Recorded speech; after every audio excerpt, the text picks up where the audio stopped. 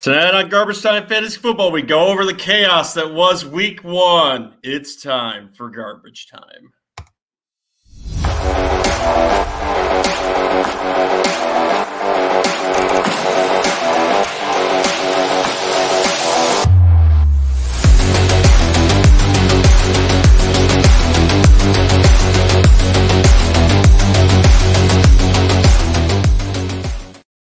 Welcome into Garbage Time Fantasy Football. My name is Joe. We have JJ tonight, and Ron is shamefully hiding because he lost to Ryan Warner this week. How do you feel about that, JJ? Oh, Ron was talking a big game about this dynasty team of his, and Ryan just had to show him the ropes. So, good start of the season for Mr. Warner. Yeah, beat you and our host there. So, good start for him. Did pretty good in DFS. Ryan, your season's wholly turned around. But, he's taking it to his hometown tonight, so he's also out. So tonight it's just me and JJ with thoughts about this chaotic Week 1. We'll also get into the news. Before we do that, though, we're Garbage Time Fantasy Football. We're here for the Heckling Fandom. You can find us here on YouTube, Google, Apple, TuneIn, lots of places. iHeartRadio, Spotify. Yeah, you got that right. All right, with that, let's get into the news.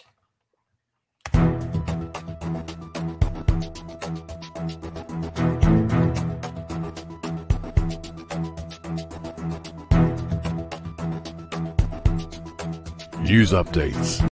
And with Week 1, JJ, the injury train is rolling into town. Jerry Jeudy is expected to miss 5 to 8 weeks with a high ankle sprain. What are your thoughts on that?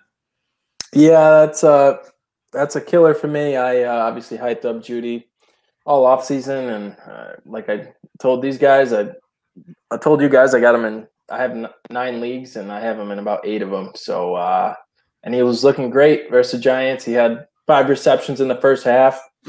Picked up where he left off in the second half, and then that damn ankle twisted up.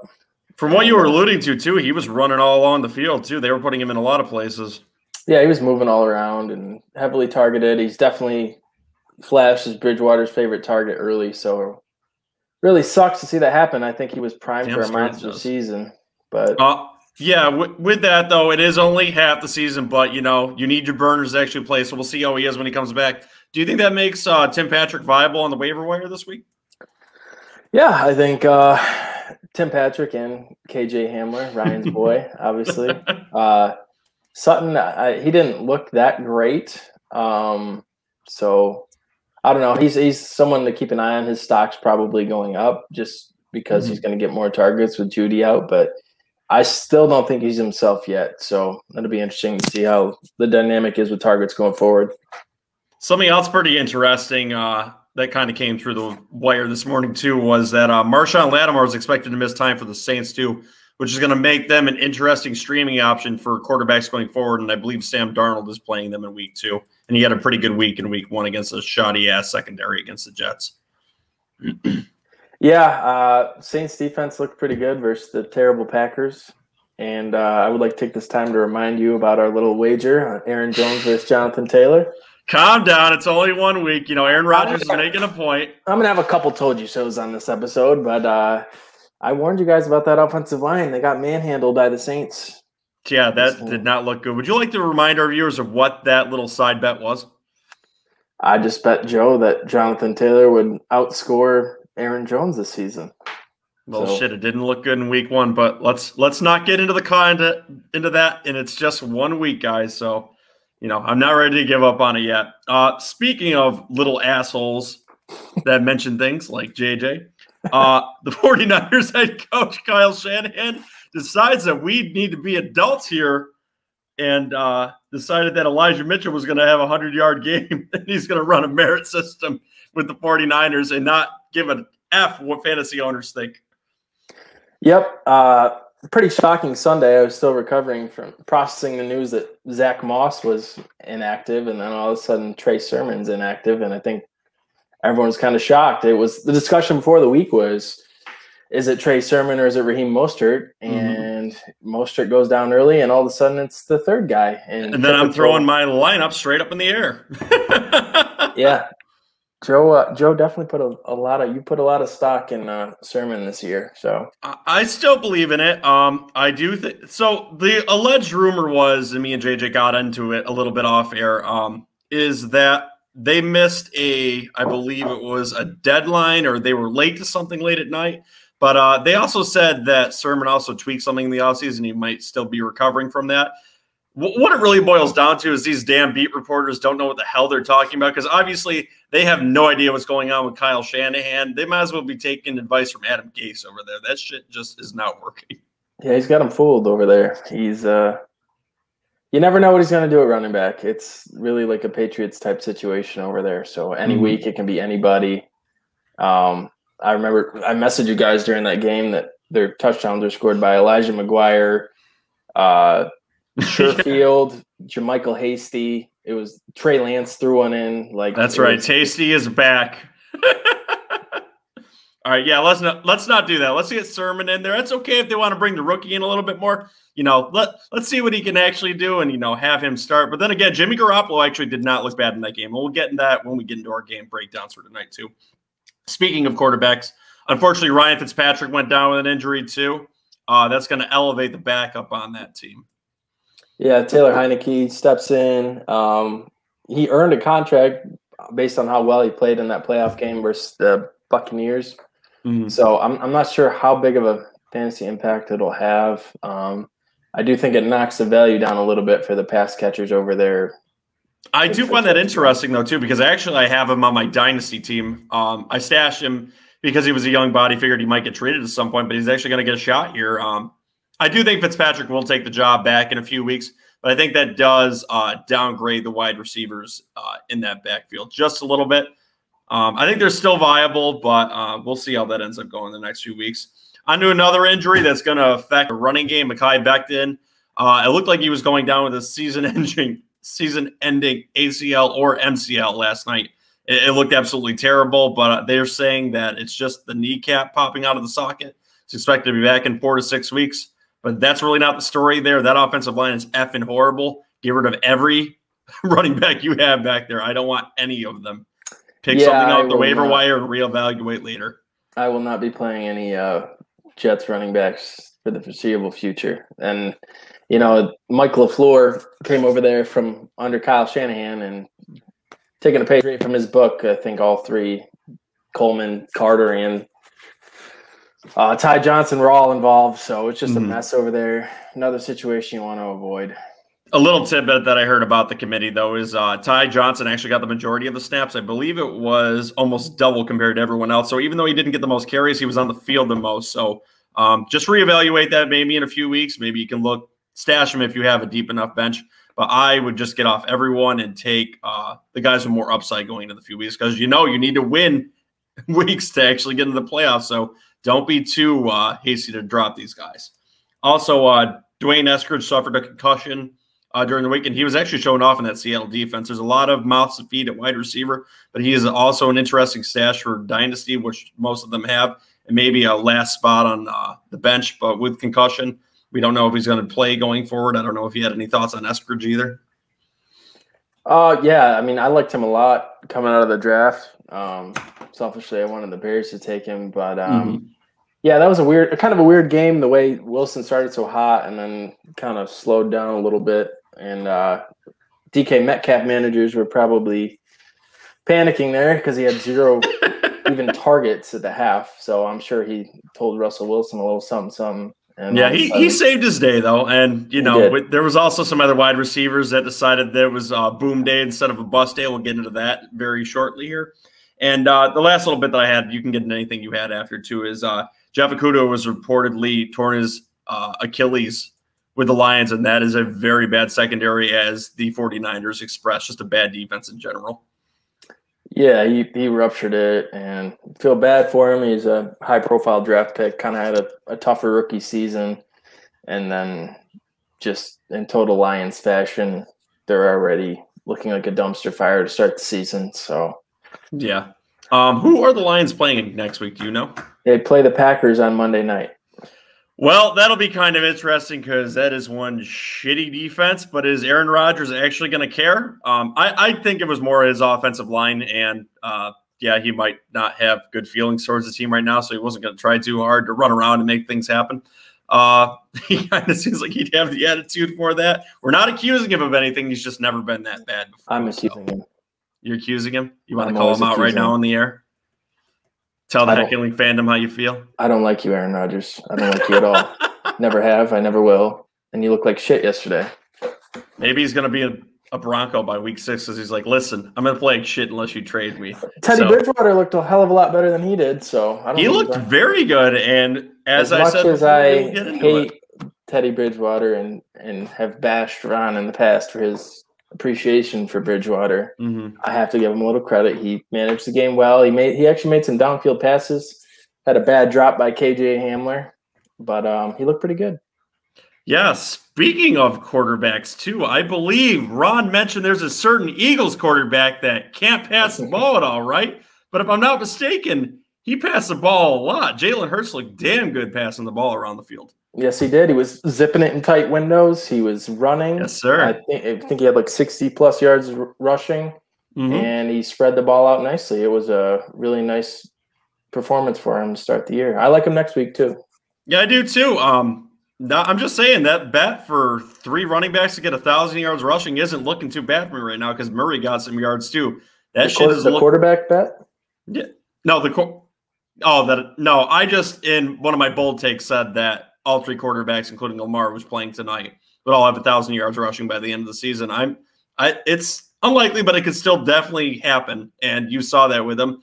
And hey, Jalen Hurts can pass, so wrong. You were fucking wrong. Congratulations. We have a good quarterback with the Eagles.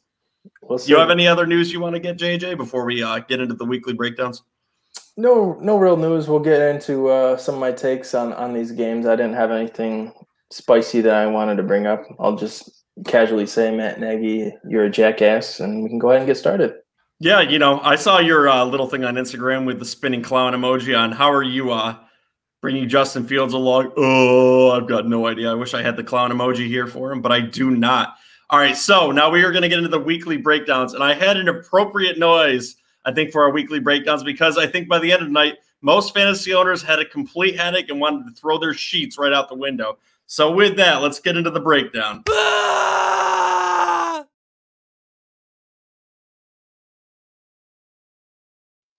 See, you were screaming that after all the Matt Nagy play calls, so that'll be the weekly call from now. So let's get into our first game of the day. How did you feel this week about the Seattle and Colts game? You want to give us a little bit of a breakdown there and what's fantasy relevant?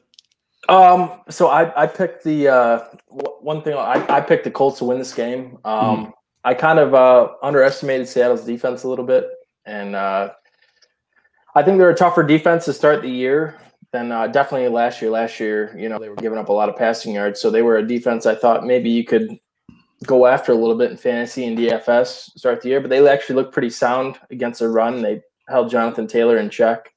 Probably my biggest surprise out of this game was how much Jonathan Taylor got in the passing game. He had 6 receptions, which really salvaged his day. He had a touchdown. Naheem Hines didn't do much of anything in this game.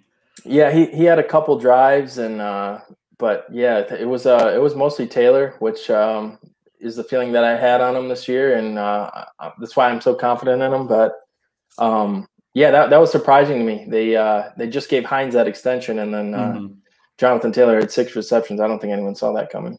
Yeah, how do you feel about Zach Pascal going forward now that he had, I believe it was, 44 yards and a touchdown? Do you think he's actually going to be an option in this offense? I think he had 2 touchdowns. He might have. Yeah, I don't know. I'll tell you what, I'm disappointed in Pittman. He was on the field for like every play, and he just didn't. Wentz didn't look at him, so maybe he's just holding a grudge against him because Pittman didn't give his number back. But I don't know. Something to look at going forward. I was surprised by that. I thought Pittman was going to have a decent week. He was $4,100 on DraftKings this week. I thought he could have been one of the steals of the week, but he was not that involved in the offense. Maybe Pittman. I do like Pascal going forward now. I mean, he's going to be someone I look at in the waiver wire. I'm not going to tell you what order I'm going to look at my guys in because I don't need you to stash them all, and I won't mention some of them because I want some of these guys. But anyway, So, yeah, that'll be interesting on the waiver wire show which ones we want to hide from each other. But anyway, yeah, I do like Pascal going forward. I think he's a decent option. As you said, Wentz seems to like to target him too. Obviously, with other targets out in that offense too, he's going to be interesting, and he's someone that you can definitely get off your waiver wire too. And on the other side of this too, Seattle did absolutely what Seattle did. Russ cooked in this game. They're starting that approach early from like they did last season, not to the same extent as last season, but Lockett boomed like he did. So, fairly enough, you should probably bench him next week because he's going to have 0 points. So just be ready for that. Metcalf, got into his ear after he flexed around him and gave him a bear hug, got some yards in. So Metcalf will have good games this year. But they made the point to show that Carson is going to get a workload this year, and he was the bell cow in this field too. So he's going to be fine this year too. And Eskridge looked great until that concussion too. So that offense was clicking on all cylinders and is fantasy relevant in all aspects. Yeah, Wilson was really efficient, threw in four touchdowns. Yes. Carson had 90 yards rushing. Lockett and Metcalf both were involved. So, yeah, the new it doesn't look like they really skipped a beat with the new offensive coordinator. So, I think they play the Titans next week. So, I definitely would expect them to have another good week. Yeah, no, that's something to look at for your DFS lineup is looking for the easy matchups. But there seems to be a lot of them, and you will – see that as we get into later breakdowns later this week. On to our next game, too, we have the Jaguars and the Texans. It's nice to see that Tyrod's back on the field. Now that he doesn't have a doctor that'll stab him in the lungs that keeps him out for an entire season. He's actually fantasy relevant for a week. But, JJ, is he going to be going fantasy relevant going forward? I don't believe so. I've seen a lot of stuff already following Sunday to sell high on Brandon Cooks after the big game he had, but yeah, I've seen that too. It was very interesting. Tyrod, you think of check downs and not turning the ball over and running a little bit, and he was launching the ball down the field to Brandon Cooks. So it was like, who is this guy? So maybe he's just never had that opportunity. That happens sometimes, but very interesting. Something else I found interesting is that fucking Urban Meyer doesn't seem to know how to handle a running back room, and he decides that James Robinson is going to be relegated basically to third down back and have 8 points. What the hell is he thinking? Unbelievable. He's going to end up having a freaking meltdown by week 14 and end up quitting just like he did at Ohio State. Like, he's just going to destroy this team. Yeah, and I don't think anyone's putting a lot of stock in the Texans players right now because it was versus Urban Meyer. And some of the stuff you've heard, it's just a circus down there. So that defense looked absolutely atrocious and lost. Carlos Hyde, why? Why are you starting him over James Robinson, who is immensely more talented? You could see it even when he got out there.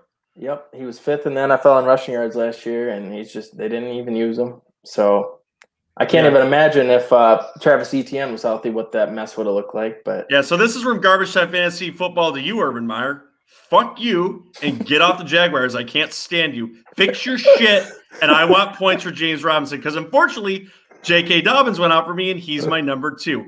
Luckily, I've got another one that's a number 2, but God knows if those numbers actually last for an entire season. So get off your shit, figure out your running back room, and be a damn head coach in the NFL. If not, go back to Florida. Anyway, back onto our next game. Hey, real quick, what'd you think of the Jaguars receivers? Oh man, I don't know how to read that too because people were saying that DJ Chark wasn't going to be good, but he was hyper targeted in that game. So, what is your breakdown of them? Yeah, it's kind of a mess. Chenault is it kind of did what he did in the preseason where he got a bunch of short targets. He had 7 catches for 50 yards, so kind of strange. They haven't really sent him down the field yet. But, yeah, Chark looks like the deep guy, and I think Lawrence throws a pretty good deep ball. He had something I did notice, and other people that I was listening to on podcasts evaluated too, Chenault and Jones don't seem to take away from each other's targets too. So that's important going forward as you're seeing who actually is going to separate themselves in this wide receiver room. But it's muddy water right now, and I'm not confident in anything in this room too. Maybe roster guys, put them on your bench, but I'm not playing them if I've got better options. It's going to be a real crapshoot. I mean, it's just going to be luck. Like 1 week, one of them's going to have 2 touchdowns, and someone else will get left out. It's, Yeah, it's a murky situation. I think all those receivers are viable flex plays, but you never know what you're going to get, especially with Urban Meyer. So, okay. And now with that, we're on to our next game. So I'm going to have dessert before I eat dinner. We're on to the Eagles and Falcons game. So, Ron Seymour, you say that Jalen Hurts can't pass. He goes for 27 out of 35 passes for 264 yards. And what was that, JJ? 3 touchdowns? 3. He threw the tray. 3? Yeah, he threw the tray. So, obviously fantasy relevant. He was top 5 or 6 on the week, I believe, depending on your format. He was like top 3 with the rushing yards. Yeah, no shit. Yeah, no, I forgot about that. He's up there. Yeah, so viable number 1 QB going forward, right? Absolutely. His floor is obviously higher with his rushing ability. Yeah, he ran really well, and he impressed. I mean, his touchdown to Smith was a dime ball. The touchdown to Goddard, he zipped it in through a tight window, and it made an amazing play. He looked awesome. So can we just talk about Devonte Smith too? He by far separated himself as the number 1 wide receiver in this offense right away. Yeah, he looked good, and they made it a point to him. Actually, it was kind of weird because Quez Watkins had like the first 3 receptions and then didn't do anything the rest of the game. It was all Smith. So yeah, it's kind of interesting though because they spread the ball around pretty well in that offense. Like I said, Devonte was definitely the different one, and he established himself. But they spread the ball evenly among the other spots. But that running backfield too, Miles Sanders didn't look too bad, but the rookie out of Memphis there too established himself as the backup doing the passing work. His name is escaping. Kenny Gainwell. Yeah, Kenny Gainwell. He looked pretty good there too. That offense performed well. The offensive line looks healthy. People were worried about that offense this year, but it's going to be very fantasy relevant, I think, this year. Yeah, people really forgot how good the Eagles line was. Just they've been decimated by injury the past couple of years, but they opened up a lot of holes for Sanders. He looked explosive. They swung the ball over to him in space. He had 5 targets, and he ended up with 4 catches for 39 yards. So he was involved in the passing game. People really faded him, and he could turn out to be a tremendous value for people that took a shot on him. So now on the Falcons, like Ron likes to say, but yeah, I was encouraged by the Eagles' offense. Yeah, no, it was nice to see. But on the opposite end of the spectrum, too, we have the Falcons who – offense just looked absolutely atrocious. You can drop Russell Gage anywhere you have him. He didn't do shit, and there was many people playing out in front of him. So he's waiver wire fodder for you. Don't even evaluate him. As for Kyle Pitts, I think Kyle Pitts is going to be fine. He got targeted a lot. He didn't catch everything that was going his way, but he had an all right game for a rookie tight end. I think going forward he'll be fine, and Ridley will definitely get his going this season. As for this offense being efficient, not quite sure because that running game looks a little spotty. Yeah, this personnel does not fit the Arthur Smith Tennessee offense, in my opinion. It looks so out of sync. Ridley got involved early. I think he had like 3 catches for 39 yards in the first drive or 2, and then wound up with 51 yards with only 2 more catches. So he got taken away. Pitts was encouraging to see, because they played him in the slot, they played him on the outside, they kind of moved him all around. So he's literally like a receiver. So the fact that you get to play him at tight end, I think going forward he will get locked in and take off and be obviously viable. You made a big investment if you drafted him, but I think you're playing if you did. Yeah, I think he's going to end up with a big year. They have a lot they need to figure out. He kind of looks like he's going to have somewhere along the lines of 650, 700. He's not going to have that 1,000-yard season Travis Kelce kind of season, but I think he'll be efficient this year. We'll see. Who knows? Maybe he'll season up, and you're just going to see explosive games from him. They're going to target him a lot. They got to straighten that line out. It was bad. The Eagles got after him, and Matt Ryan could not do much of anything. So, And on to our next game, too, Chargers at Washington. As we said already, Fitzpatrick went down, which is unfortunate. Heineke's going to be playing there, but let's focus on some other stuff too. That Chargers offense was on fire, and they showed that they are going to be able to establish a lot of weapons for fantasy football this year. I mean, Mike Williams just finally came out of his shell and was good in week 1. He's just got to stay healthy. Yeah, I saw a couple good things from him. He got targeted a lot. He had a drop in the end zone that he definitely should have caught. Where he's going to get his points is in the red zone, as you stated. Yeah, Allen had 13 targets. He had 12. I think they had like over 420 yards of offense. I think the big storyline out of their offense to start the year was Eckler didn't even have a single target. Yeah, that was interesting. I think the targets will come with them because that offense will work better, I think, when he's getting passing work too. It gives him another little seasoning. I don't know if maybe they just thought he couldn't get out there and maybe get off the ball quick enough to do it, so they handed it to him to get him going a little bit more, or if they just thought they had better options out there too. Their tight end didn't look too bad either too. He's a pretty decent option out there, I think, on the waiver wire. If you came away with almost 0 points, thank you, Green Bay. But yeah, as I'm venting to the Heckling Fandom too. Yeah, Jared Cook was a slept-on tight end, and Herbert gave him a lot of love in some of the interviews he did in training camp. It sounds like the two made a real connection this summer, so he's definitely a viable option. The tight end position, as expected, was not that great. Besides, we'll see. I think that helps you move up Parham too, which people were talking about potentially taking the job from him too, at least early. So yeah, I think that's a consideration too. Yeah, I wouldn't consider Parham, but yeah, this week again, it's tight ends always miserable, but it was Hawkinson and it was Kelsey, and other than that, nobody. I guess Juwan Johnson, but he had 3 targets and 2 of them just happened to be touchdowns. But. That's right. So going from this week forward, I am playing my magic game of who am I playing off the waiver wire this week, and I promise you it will not be a Green Bay tight end. Did you have any thoughts on Washington in this game though? Not really. They made Gibson look like a real running back to start the year. Last year, he started kind of slow, but they fed him 20 carries. Had that unfortunate fumble, but other than that, he looked pretty good, and they used him in the pass game. So it looks like he could definitely pan out to where people were drafting him. So I was encouraged by that. And then McLaurin, I think he's kind of in an Allen Robinson situation where he can't get a quarterback. At least for 2 or 3 weeks here. I think he'll still be a wide receiver 2, maybe going into the next few weeks, but Fitzpatrick will be back after that. And after that, you might actually be able to buy him low right now. So that's something to consider too. People might be panicking a little bit. Maybe you could look at him as a trade target, which JJ's probably taking notes right now. He's actually like, well, I got him in some leagues, but not all the leagues. I can have him in all the leagues now if I wanted. So maybe I'll consider doing that. Yeah, I got him in our Auctioneering Dynasty League. So yeah, I know he's a favorite of yours. I saw that on your roster. So anyway, we'll move on to our next game because there's a lot of them to cover too. Steelers and Bills. This was a weird fucking game. Yes, it was.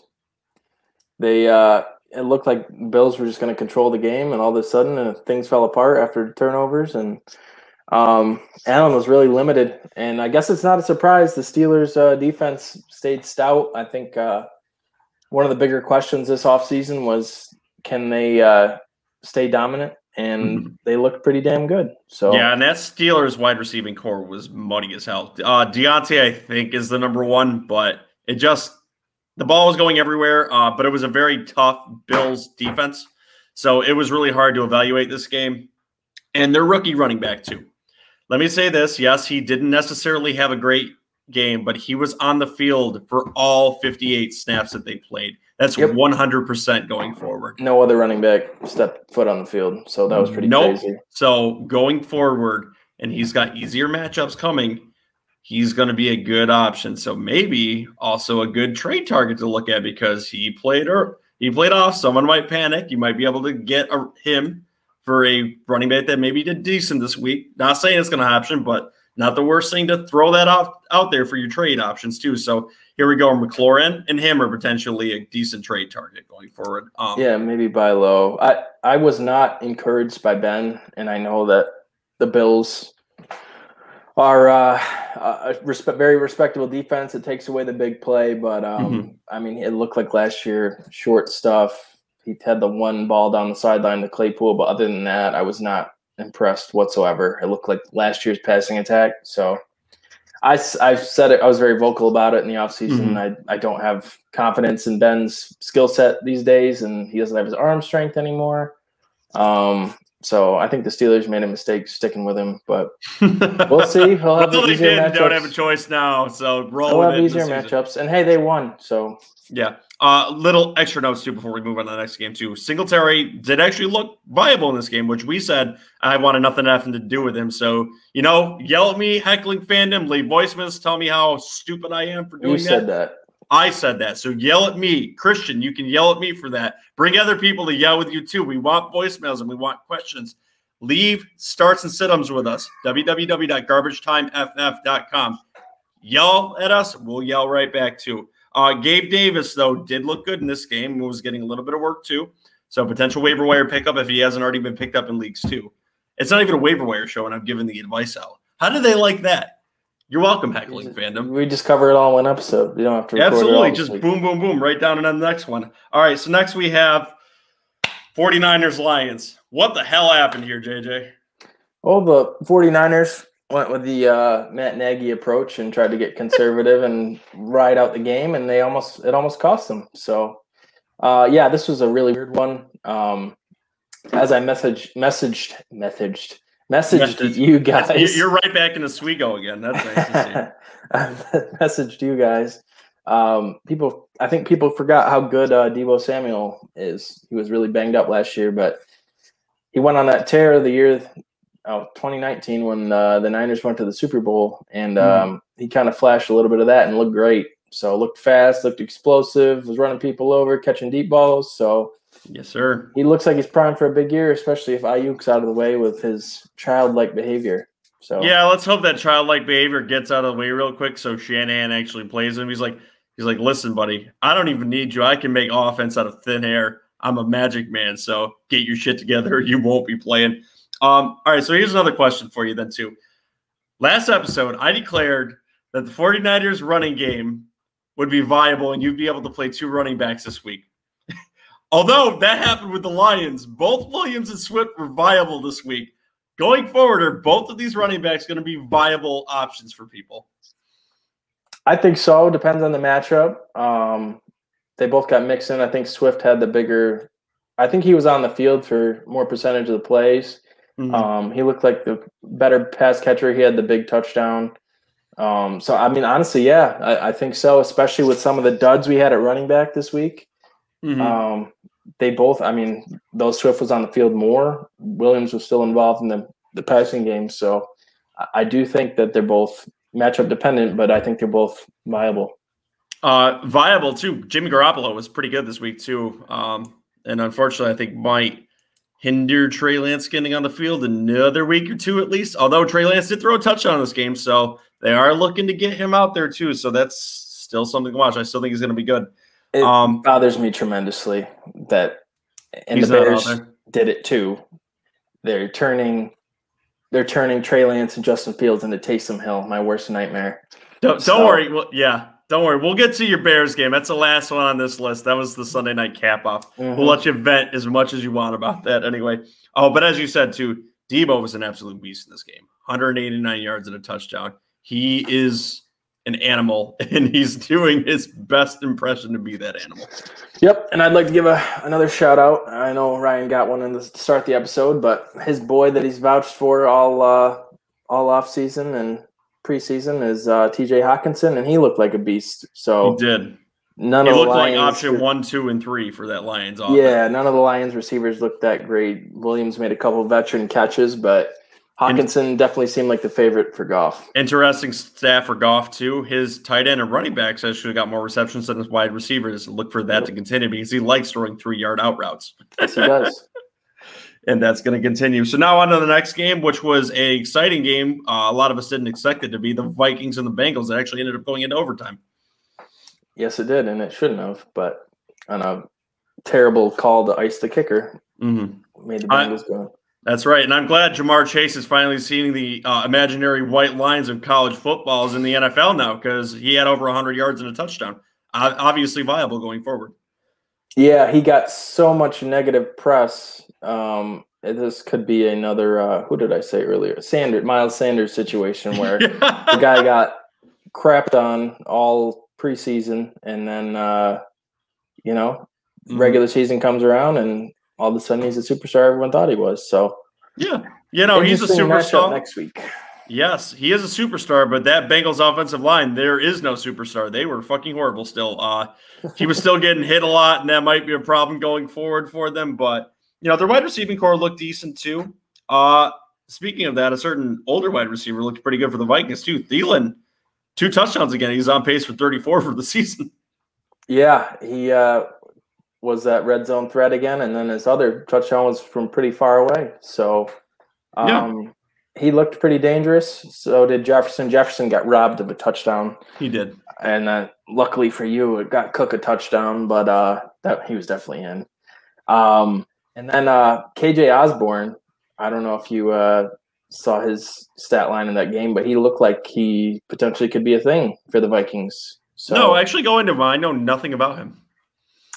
Just a speedy young wide receiver on the Vikings. He got a lot of targets in this game and made some nice plays. So that'll be interesting to see if Kirk Cousins can actually sustain 3 wide receivers. He can do it with 2, but that might be asking a lot of him. Although he did look very good in this game. Yeah, the tight ends weren't really a factor with Irv Smith out, so it was those 3 guys that. And then Cook, obviously, I think he had like 6 receptions. So yeah. Yeah, Cook will do his thing going on in the season. He didn't exactly break out for that week-winning game that I fucking needed him for. Thanks. I'm still blaming that on Kyle Shanahan. That was horrible. Him and Aaron Rodgers. Thanks, guys. Yes. Thanks. Now I've got to have to listen to Tommy for the next 16 weeks, who's trying to trade me Gronkowski now. Anyway, on to the next game, too. Jets and Panthers. Another reason I'm pissed off today. So let me just say this, and I'm going to say it again. I said it at the beginning of the show. Cut your Jets running backs unless you have Ty Johnson on a real deep bench. Corey Davis looked like a clear number 1 wide receiver. Zach Wilson looked like shit in the first half, but that's because his offensive line was absolutely getting him killed. The right guard was giving up pass rusher after pass rusher after pass rusher, and he was running around the field. There was good adjustments at halftime. They came out, and when Wilson had time, he looked absolutely fantastic too. And that's when he got Corey Davis going too. I don't think the wide receiving core played that bad, to be honest.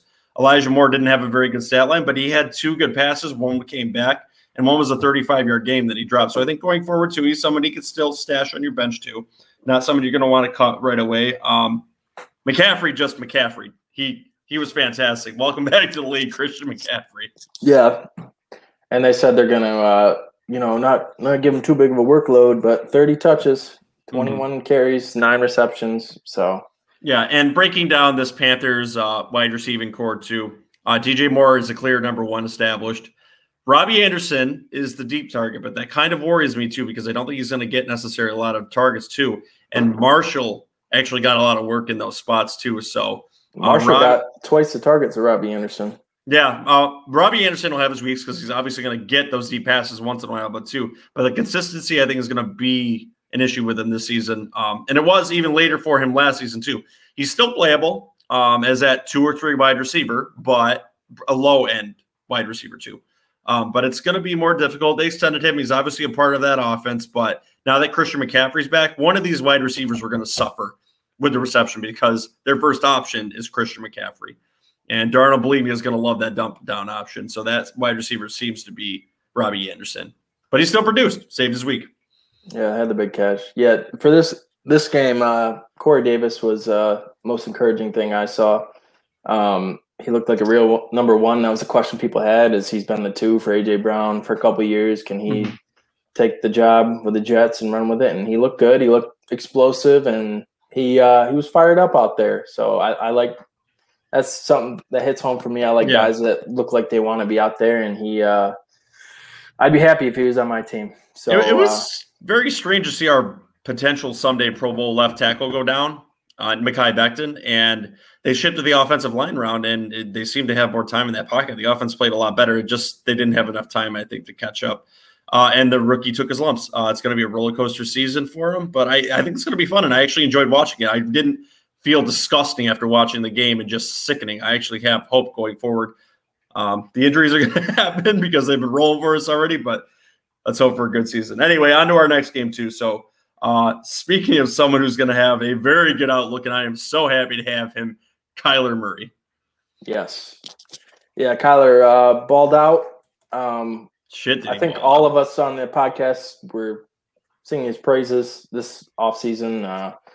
he was yours and mine, I believe, QB1 for this year, and he certainly looked like it, making insane plays with his legs. Mm-hmm. He is another running back on my roster that I currently need.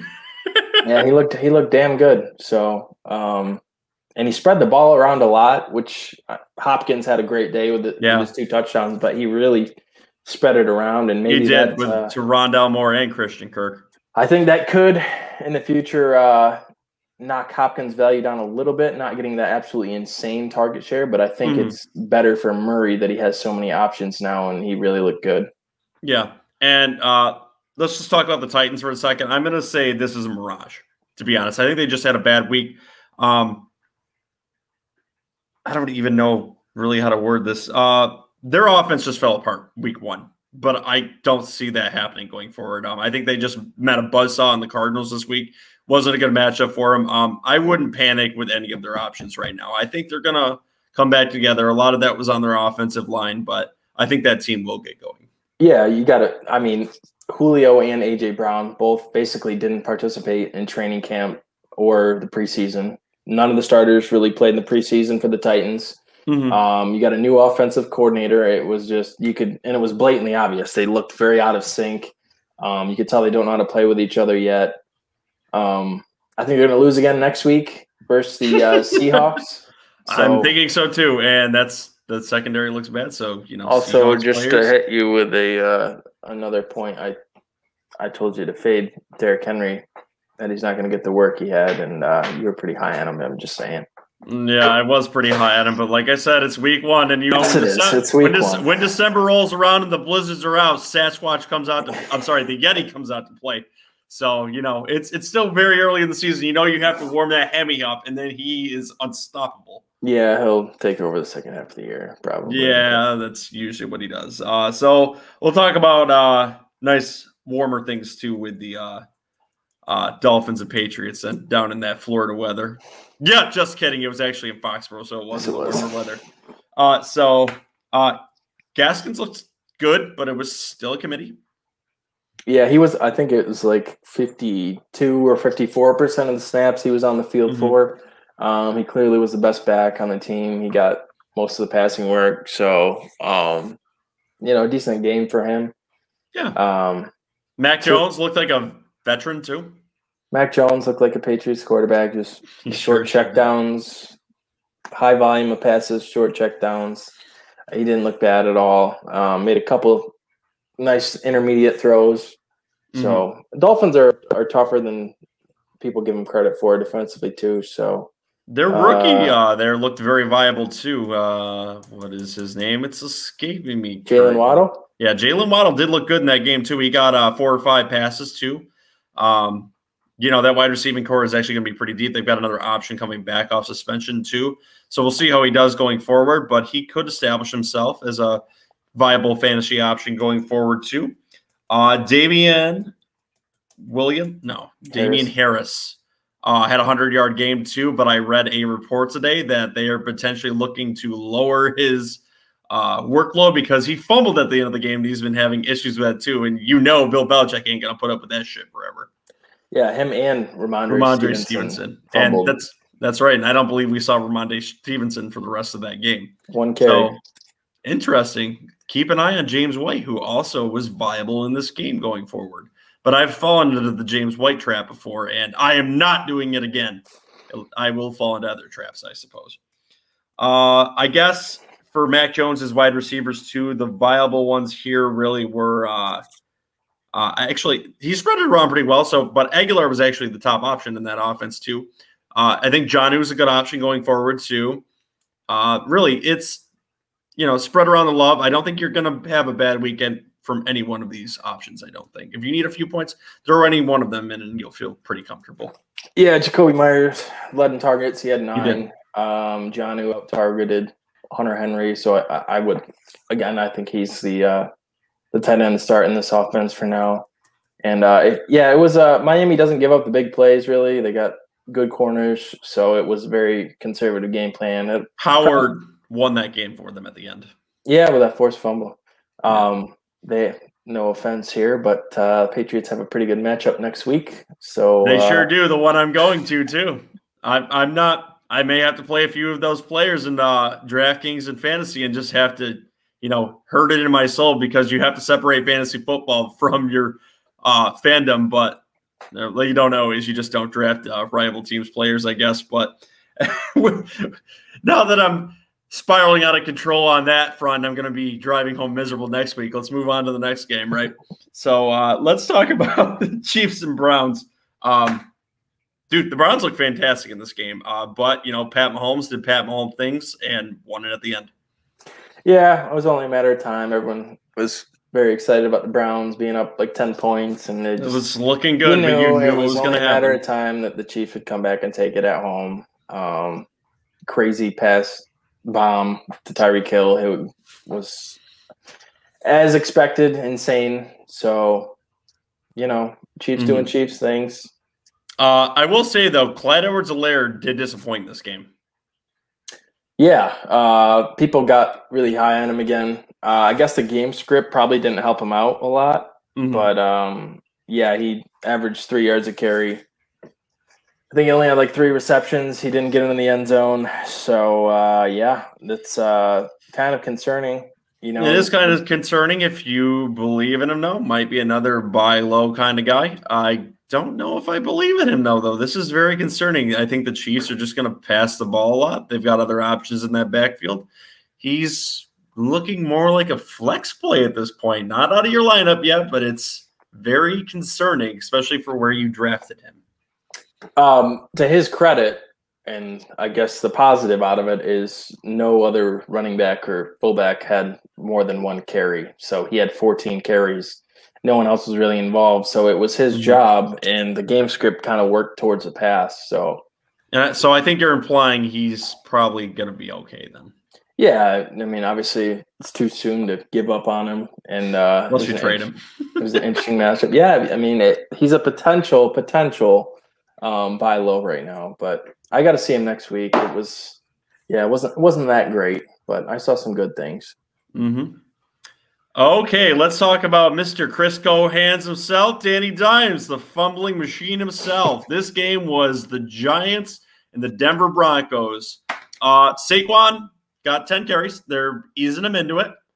The Giants looked like shit, like as expected, although they did have an unexpected wide receiver hero, Sterling Shepard, right? Yes. Shepard had over 100 yards.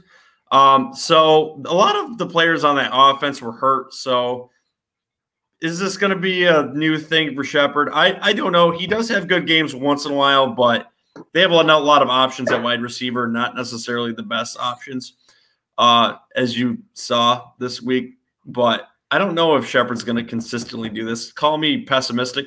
Might consider, picking him off the waiver wire as afterthought, maybe last bench spot. But I don't know what you thought about this game.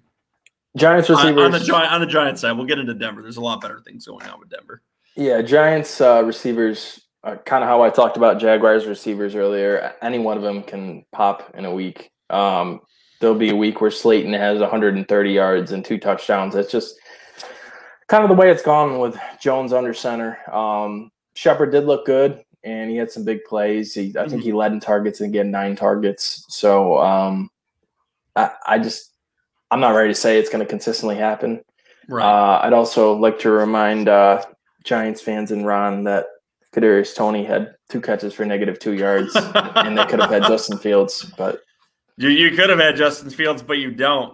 And you also have a fumbling machine still there. So have at it, Ron. You're in for a rough few years, I think, over there. On to a more positive note. Actually, let's keep shitting on them while we're doing that too. Giants defense, great to play against. So, play your players against the Giants defense because I remember that they are last year. Yeah, and it continues this year. They're atrocious again this year. So, the band keeps playing. So so Ron doesn't slam his headphones on the ground while he's listening to this. They have a couple good players, Leonard Williams, Bradbury. Peppers can play a little bit. I think they're a middle-of-the-road defense. They didn't look that great. Bridgewater kind of had his way with them. Yeah, that's what I'm saying is Teddy Bridgewater had his way with them. Yeah, now that sounds kind of bad. But so that actually plays in you. What'd you say? Let me ask you something. Sure. So Saquon Barkley did not. I mean, it was a tough matchup, but was very ineffective this game. Yes. Has a short week here versus Washington Thursday. Would you bench him? No, I would not. You drafted him early. I did not draft him early. I took him in our dynasty league because I'm looking at the long-term outlook for him. So that's a completely different story. But listen, you drafted him early, and you're playing a tough defense. You would need 3 or 4 decent running backs to be able to bench him, and a lot of people don't have that opportunity. I don't know his outlook. I don't see him. I really don't see him having a good week. Maybe 50 yards, touchdown, maybe. Oof, it's going to be brutal. But if you put the value into him, I don't think you can bench him. How can you? I had a close Absolutely buddy brutal. that really, really wanted to bench him for Antonio Brown, and he didn't, and it cost him. And then he actually, at the last second, swapped him out for Laviska Shenault. Really? And as PPR league, it panned out. But that just kind of shows, these early tough matchups and him coming back from his ACL and listening to some of the bad front seven to play against too. There's some really good like fantasy football doctors now, like Dr. Chow, who's working with fantasy pros, and I can't remember the other guy on YouTube, but they both really said it's coming back from that injury. It's going to be a work in progress. So I think you'll see him start rip roaring in the second half of the year, but early going, I think it's going to be tough for managers to decide what to do with him. Yeah. It might also be viable if you're stuck with him to have, I will say in this situation, maybe to have his handcuff too, because that's not saying he might not go down again. But then again, maybe not, because that Giants offensive line is shitty. Saquon is just a beast and might do good if he's actually healthy at some point. As stated, they're easing him in. Thursday might be another rough run, as you've stated. I honestly could see it being a situation where like they have him active and then they just don't play him, or he plays like a series, like it's a diversion for Washington to have to game plan for him. Yep. But if you are going to play him, especially in a short week, play him in the running back spot. Do not put him in the flex, because that is going to limit you later in the week, especially if you're looking for a player with more upside if he shits the bed. Yes, so that's I guess for any listeners, that's kind of a staple fantasy rule, that if you have guys going on a Thursday night game, don't play them in the flex spot. Like Joe said, anything can happen during the week. So, yep, and you might be scrambling for points if you play Saquon this week. Though, now that we're talking about running back, so Gordon had a very good game. He had averaged 9 yards a carry on 10 carries. He also got a few receptions in there too. So he, in our league, scored 25 points. So I loved it. I will take it. Unfortunately, his rookie counterpart had more carries than him, but only averaged 3 yards a carry. Yeah, he was. Forward, I don't know what to think about that, but he's viable currently. Yeah, this is a true committee, and for Gordon, I mean, he got all of it on that one run. It was a 70-yard touchdown run, but he looked explosive. I think a lot of people, when they brought Williams in and he's on last year of the deal, think he's old, but he still showed he's got some in the tank. So this is another messy running back situation, and they're going to be hit or miss going forward. So I would say both are potential flex plays, matchup dependent, but yep, running back continues to be a mess for the most part around the league. Yep. What's new, though, for fantasy football? How do you feel about the wide receiver position for the Broncos? Yeah, that was one of the biggest disappointments week one for me, was Jeudy going down. I was so excited about him this year. He was looking good, too. He looked like breakout season was coming. Not to say he can't be a breakout for the second half, but that injury is going to definitely hamper him. Yeah, now they got Sutton, who looked okay, but I don't know, not that encouraged. Tim Patrick, again, like you said, he's going to be a waiver wire target this week. He looked pretty good and was involved. So Hamler's explosive player. I think they'll be okay. They're going to run the ball, and Denver will be fine. But Jeudy going down just sucks.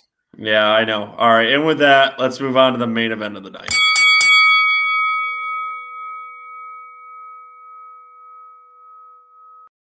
All right, JJ, the floor is yours. Bears and Rams, what happened?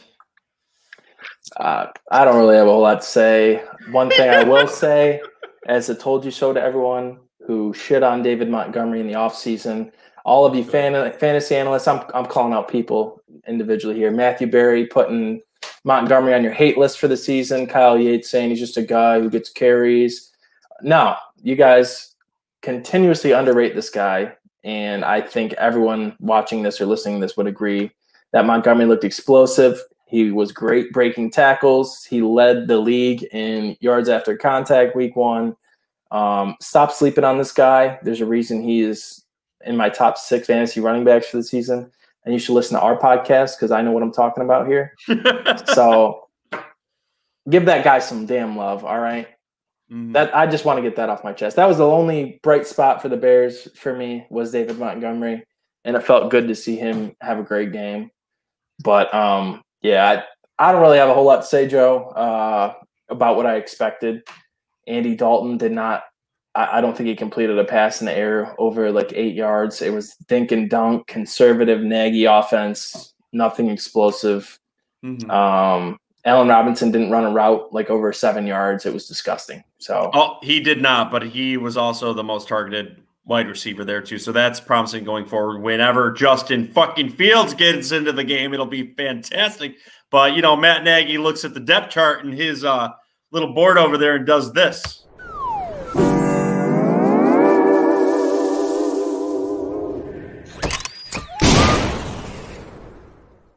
Right. Sabotaging his own team over there. He is a saboteur.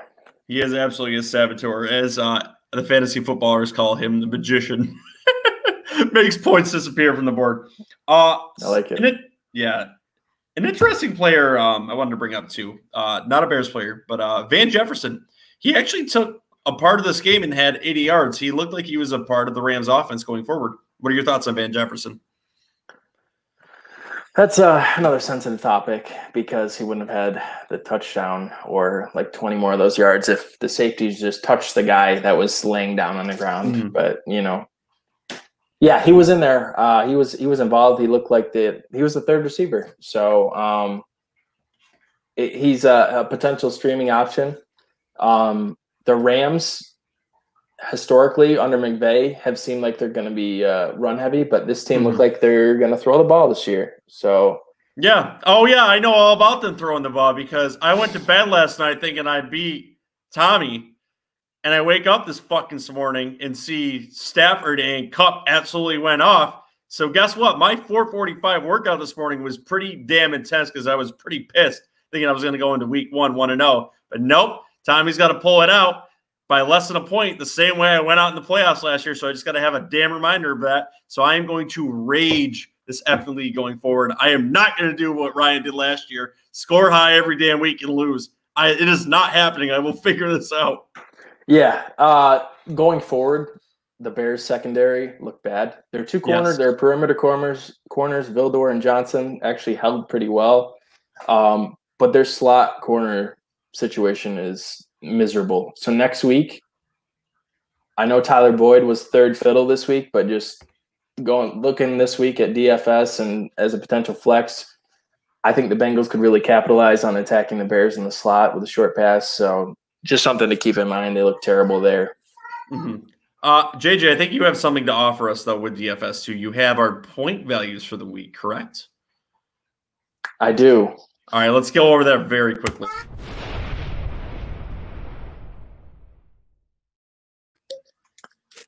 So this week, Ryan Warner was a winner with 130 points. Man is winning all across the board. He's winning at a town hall meeting right now.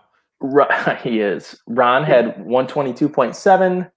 I had 112.8, and you had 100.3. We all sucked. I did horrible this week. I did horrible across all platforms. My team, fantasy football, except for our Megala Bowl team, which we did well in, but that's because we picked collectively and I didn't pick it. So, you know, sucking all across the board too. I actually tied for first though in picks. I believe we all went 8-7 or 7-8. So it's muddling in the middle ground. We didn't pick too much. Where JJ alluded to earlier is we all ended up with our homer picks, picking our own home teams to win. So that's where the difference is. And with that, guys, we are now at the end of the show too. I just want to say tomorrow it should be the waiver wire show. I don't know who the hell is going to be here because, you know, Ron decides to go into a little effing hole when he loses a fantasy football game against Ryan. So, Ron, guess what? You are going to hear it, and I'm probably going to get Christian in to hear this too. So you're going to get to hear it twice. So can't wait to see you tomorrow unless you decide to take off again. So tomorrow's a waiver wire show. We'll follow up on news too, so it should be a little bit shorter. And then we'll have a preview show coming later in the week too. So with that, guys, listen to us on Spotify, Google, Apple, YouTube. Leave comments below. We'll answer them there. We'll answer them on Instagram. Voicemails, www.garbagetime.ff.com. And with that, I'm going to get us out of here. And see, I am actually the real host. I show up for it. Good night, guys.